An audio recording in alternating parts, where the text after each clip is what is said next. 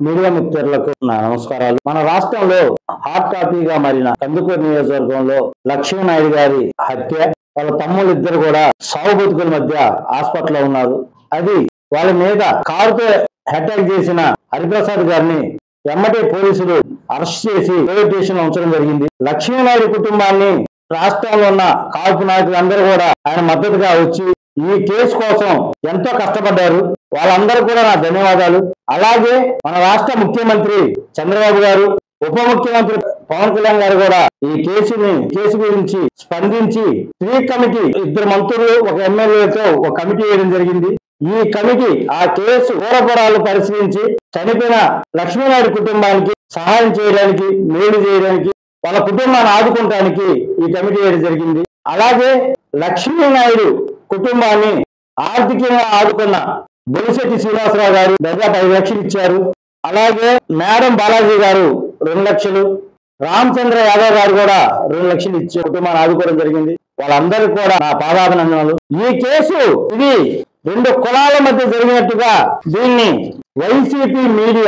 వైసీపీలో ఉన్న కొంత కాపులు దీన్ని కులం కిందగా రుద్ది పవన్ కళ్యాణ్ ఇమేజ్ ని డ్యామేజ్ చేయడానికి చాలా మంది చాలా రకాలుగా ప్రయత్నం చేస్తున్నారు. వాళ్ళలో ముఖ్యంగా వంగవీటి నరేంద్ర అనే అతను, ఇతని గురించి మన రాష్ట్ర ప్రజలు మొత్తాన్ని కూడా తెలవాలని ఈ రోజు నేను చెప్పడం జరుగుతుంది. ఈ వంగవీటి నరేంద్ర అనే అతను స్వర్గీయ వంగవీటి రంగా గారి అన్న కుమారుడు.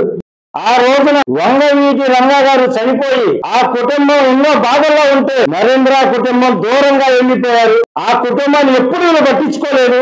తర్వాత ఈ నరేంద్ర కొన్నాళ్ళకి మళ్ళా వాళ్ళ బాబా పేరు చెప్పుకొని వచ్చి రాజారంగా మత్రమంగని పెట్టి ఆ రోజున 2009లో చిరంజీవి గారు ప్రజారాజ్యం పార్టీ పెడితే ప్రజారాజ్యం పార్టీలో ఇతను చేరి అక్కడి నుంచి రాజశేఖర రెడ్డి కోర్టుగా, కేవీపీ రామచంద్రరావు కోర్టుగా పనిచేసి ప్రజారాజ్యంలో ఉన్న విషయాలన్నీ బయటకు చెప్పడం జరిగింది. అక్కడ ఏం జరుగుతుంది, ఎలా జరుగుతుంది, వాళ్ళు ఏం ప్లాన్ చేస్తున్నారు అన్ని కూడా ఈ దర్దుల వల్ల బయటకు పోయి అలాంటి ఆ రోజున ప్రజారాజ్యం పార్టీ నుంచి బయటకు బహిష్కరించడం జరిగింది.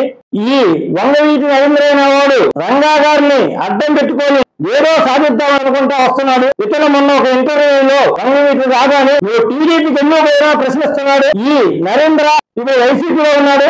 ఈ వైసీపీ విజయవాడలో గౌతమ్ రెడ్డి అనే ఒక వైసీపీ నాయకుడు రంగా గురించి చాలా నీచంగా మాట్లాడాడు. రంగా ఒక పాము లాంటోడు, అలాంటి వాళ్ళని చంపాలే గాని దేవుడి గుట్లో పెట్టుకుంటామని మాట్లాడి ఎదవవాడు. నువ్వు రంగా గురించి పోరాటం చేసేవాడివి, నువ్వు అలాంటి పార్టీలకు ఎందుకు పోయావు?